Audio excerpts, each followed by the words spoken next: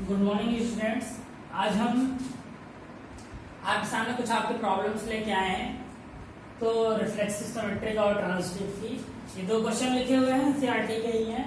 NCERT question first का fifth का शायद है ये। तो ये दोनों क्वेश्चन लगभग सेम ही हैं, लेकिन हम इनके बारे में दोनों के बारे में आज बात करेंगे। सबसे पहली चीज रिफ्लेक्सिव सिमेट्रिक ट्रांजिटिव, आपको प्रॉपर्टी आई थिंक सो तीनों की याद होनी चाहिए।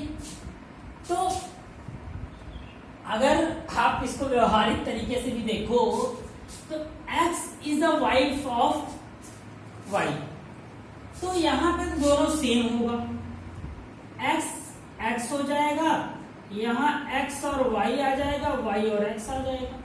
तो हम सिर्फ पहले इन दोनों की बात करते हैं, तब नीचे जाते हैं। रिफ्लेक्सिव कहता है कि आपके दोनों टर्म सेम प्रॉपर्टी फॉलो करनी चाहिए। अगर इंटीजर बोले तो दोनों इंटीजर हो, होल नंबर बोले दोनों होल नंबर हो, मल्टीपल ऑफ 4 बोले दोनों मल्टीपल ऑफ 4 हो।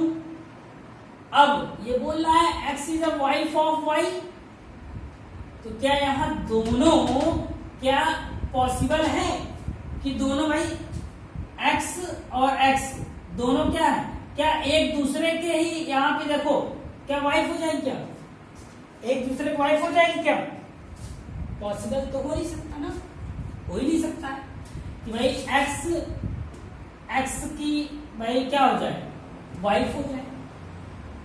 और पलट जाने पर भी हो जाए, मतलब कि दोनों कंडीशनों में x की वाइफ हो जाए, ये पॉसिबल नहीं है। अगर हाँ यहाँ पे अगर एक कोई ऐसा हो जाता जिसमें जेंडर की बात आती तो x इज फीमेल की बात होती, तो x बिहाफ ऑफ x तो दोनों फीमेल हो सकती थी। अगर यहाँ दोनों फीमेल होता और कहा जाता कुछ ऐसा रिलेशन आता कि उनको बताना होता कि फीमेल है, तो जाहिर बात दोनों फीमेल होती। लेकिन x क्या है, x is wife of y, तो x जब y की क्या है, वाइफ है, तो क्या x की भी वाइफ हो सकती है?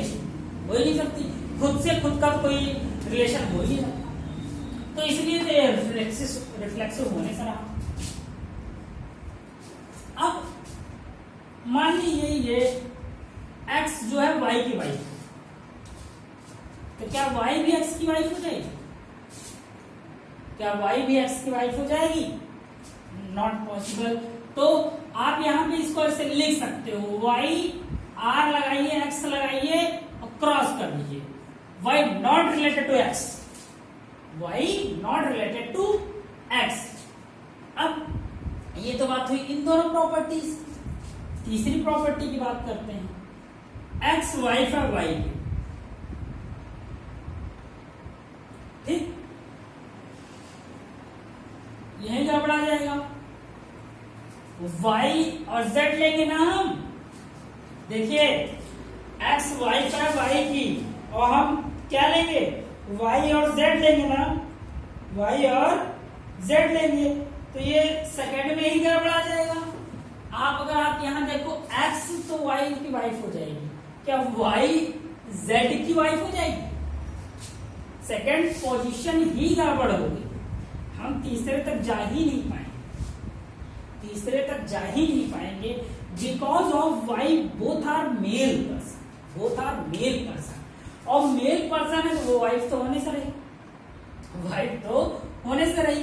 तो क्या है, x तो y की वाइफ हो गई, यहीं पे अनफॉलोड हो गया। तो इस कंडीशन पे ना रिफ्लेक्सिव है, ना सिमेट्रिक है, ना ट्रांजिटिव। ठीक, अब सेम प्रॉपर्टीज में भी फॉलो होगी, देखिएगा यही चीज सेम है। क्या x का फादर हो सकता है? नहीं हो सकता। x is the father of y, x चलो y का फादर है, तो क्या y इसका फादर हो जाएगा? नहीं होगा भाई। अब बाप बेटे हैं तो क्या रिवर्स कनेक्शन तो हो नहीं सकता। अब यहां पे ट्रांजिटिव में वही मैटर आ गया, x is the father of y, ठीक, क्या y is the father of z? ये हो सकता है। क्या है, देखिए x is the father of y, ठीक, और y भी किसी का फादर है, z का मान लिया। लेकिन क्या जो x है, x is the father of z हो जाएगा? नहीं हो सकता, क्योंकि इनके बीच भैया रिलेशन गैप आ गया, एक पीढ़ी गैप आ गया। मतलब x is the father of y, x y का फादर है और y फादर है z का, तो क्या x भी z का फादर हो जाएगा? ऐसे में दोनों सेम हो जाते हैं। दोनों जब y का भी फादर क्या है भाई, देखिए क्या है, y x is the father of y, तो x क्या है फादर y का, और y क्या है फादर किसका है, z का। दोनों कंडीशन ये फॉलो हो गए, लेकिन यहाँ फॉलो नहीं हुआ, यहाँ पे फॉलो नहीं होगा। आशा करते हैं ये चीज आपको समझ में आई होगी। तो हम नेक्स्ट क्वेश्चन पे चलते हैं। नेक्स्ट क्वेश्चन पे चलने का मतलब ये है कि यहाँ पर क्वेश्चन नंबर 10, क्वेश्चन नंबर 10 का एक हम आपको टॉपिक समझा दे रहे हैं। 10th में आपको 5 दिए हैं, हम एक समझा रहे हैं, उसके बाद 10 के आगे थोड़ा सा क्वेश्चन आज लेंगे एक दो। तो अगर हम देखिए क्वेश्चन नंबर 10 बोल रहा है, क्वेश्चन नंबर 10 आपका बोल रहा है कि आपको बताना है, क्वेश्चन नंबर 10 आपको बोल रहा है कि कोई एक भाई सेट है, रिलेशन है, वो सिमेट्रिक तो हो, क्वेश्चन आप देख लीजिएगा, but neither reflexive nor transitive. हम शॉर्ट फॉर्म में लिख रहे हैं, समझिएगा। तो अगर आप देखो यहां से कि क्या है ये, अगर आप देखो symmetric, neither reflexive nor transitive but symmetric. अब आपको एक ऐसा सेट लेना है, एक ऐसा ग्रुप लेना है, एक ऐसा रिलेशन लेना है जो कि सिमेट्रिक तो फॉलो करे, ये दोनों फॉलो ना करे। अभी तक आपने इतने क्वेश्चन ढेर सारे कर चुके हो, अब आपको समझ में आ रहा होगा कैसे करें। तो लेने को हजारों एग्जाम्पल हैं, बहुत ढेर सारे हैं। हम एक एग्जाम्पल ले रहे हैं बहुत आसानी से। देखिए, एक ये लाइन खींच लिया, इस लाइन को हमने x बोल दिया, इस लाइन को, तो हम इसको बोल सकते हैं ना x परपेंडिकुलर टू y या y perpendicular to x। Symmetric यही कहता है ना, रिवर्स होने पे भी प्रॉपर्टी बदले ना, रिवर्स होने पर भी प्रॉपर्टी आपकी बदले ना, सिमेट्रिक यही कहता है। जब सिमेट्री की प्रॉपर्टी हम लगा रहे हैं तो सिमेट्री में देखिए क्या है, x परपेंडिकुलर है y के, y परपेंडिकुलर है x के। जब ये दोनों दूसरे के परपेंडिकुलर सिमेट्री है, लेकिन क्या x के परपेंडिकुलर होगा, x not related to x,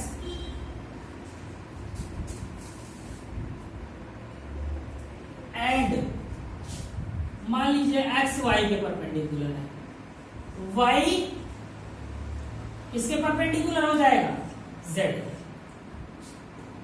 x y के परपेंडिकुलर है और y पे भी एक लाइन आ जाए जो परपेंडिकुलर, y पे भी एक लाइन आ जाए, यहीं पर हम z खींच दें, चलिए z खींच दें, y पे z परपेंडिकुलर है, तो क्या x परपेंडिकुलर टू z होगा?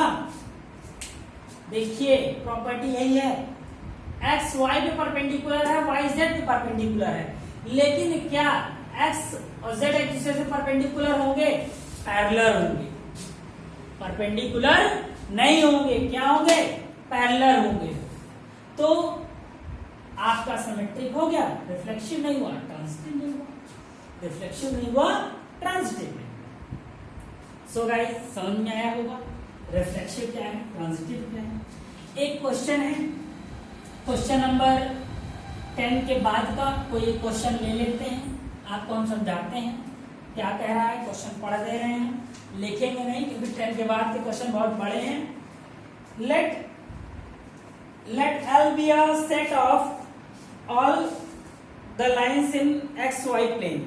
कोई L सेट है, वो xy प्लेन में, xy प्लेन में,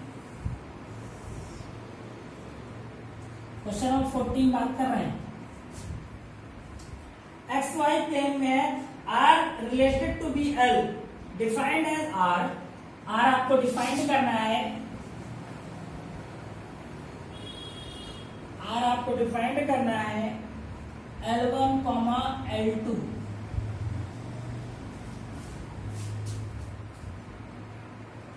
L1 is parallel to L2. So the R is equivalence relation. ये हमको प्रूव करना है। एक चीज मैं आपको बता देना चाहता हूं बहुत अच्छे से, अगर आपने क्वेश्चन नंबर 10 तक कर लिया है, 10 तक कर लिया है, तो आफ्टर 10 जो भी 7-8 क्वेश्चन है उनमें दिक्कत नहीं आएगी। आप बड़ा क्वेश्चन देख के कंफ्यूज ना होइएगा, डरिएगा नहीं। बड़ा क्वेश्चन नहीं है, देखिए इतना बड़ा क्वेश्चन तो 7-8 लाइन का है बुक में, लेकिन सिर्फ इतना ही है और कुछ इतना ही है और कुछ नहीं। इसलिए घबराने की जरूरत नहीं है, सिर्फ क्वेश्चन को पढ़ने की जरूरत है। अगर आप 10 तक कर ले गए हो तो आप 100% 10 के आगे आसानी से कर ले जाओगे, आप कर ले जाओगे। तो यहां पे देखिए, अगर हम बात करें L1 L2 लाइन पैरेलल है, चलिए L1 ये खींच दिया हमने, L2